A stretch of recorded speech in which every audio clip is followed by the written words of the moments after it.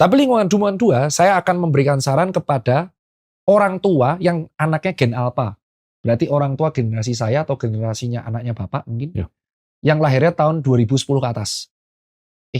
2014 ke atas. Berarti sekarang masih umur 10 tahun.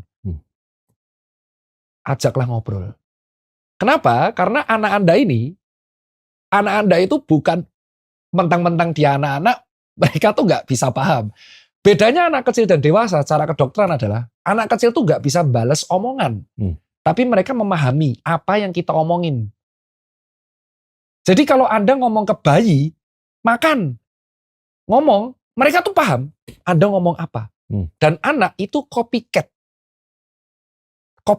dari orang terdekat. Jadi kalau anaknya hobi ngomong kotor, itu jelas. Iya. Kalau orang tuanya nggak ada, berarti circle-nya dia. Anak tuh copycat. Jadi ajaklah ngobrol. Dan karena anak keinginan tahunnya gede, kasih tahu Anda tuh cari uang dari mana. Nah ini kan tentatif. Yang membuat saya berubah di SD, itu adalah ketika orang tua saya mengajak saya ke kantor. Jadi saya tahu bapak ibu saya tuh ngapain, cari uang tuh ngapain. Itu akhirnya yang saya lakukan ke anak saya. Anak saya tuh saya ajak ke kantor nih, papamu kayak gini. Kalau di rumah sakit gini, dokter tuh gini. Dan akhirnya itu yang mengakibatkan anak akan paham bahwa hidup ini butuh uang. Dan anak tuh akan merasa dianggap karena diajak ngobrol terus. Jadi mereka belajar kosakata tuh dari orang tuanya.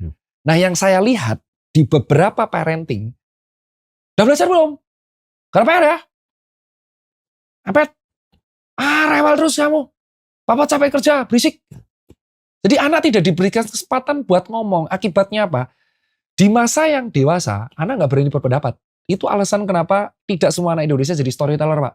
Karena ketika di keluarga aja mereka nggak dikasih kesempatan ngomong. Baru ngomong dikit, tukang bantah kamu. Durhaka kamu jadi anak kecil. Padahal baru cuma ngomong, Pak Doraemon. Nggak gitu, Pak. Jadi anak kecil itu, karena mereka belum bisa membedakan baik dan buruk, mereka tuh sangat vokal, jadi polos. Karena terjadi di anaknya temanku. Ini om-om yang suka ngomong-ngomong aneh-aneh, jancok-jancok di YouTube ya. Wah, jangkrik. Habis itu saya nutup tato. Karena mulai anak-anak teman saya itu mengkritisi saya. Muncul di TikTok. Pak Tirta, dulu rambutnya pink. So, dulu saya nggak mikir itu. Ternyata saya tuh berpengaruh ke mereka. Jadi itu nomor 2.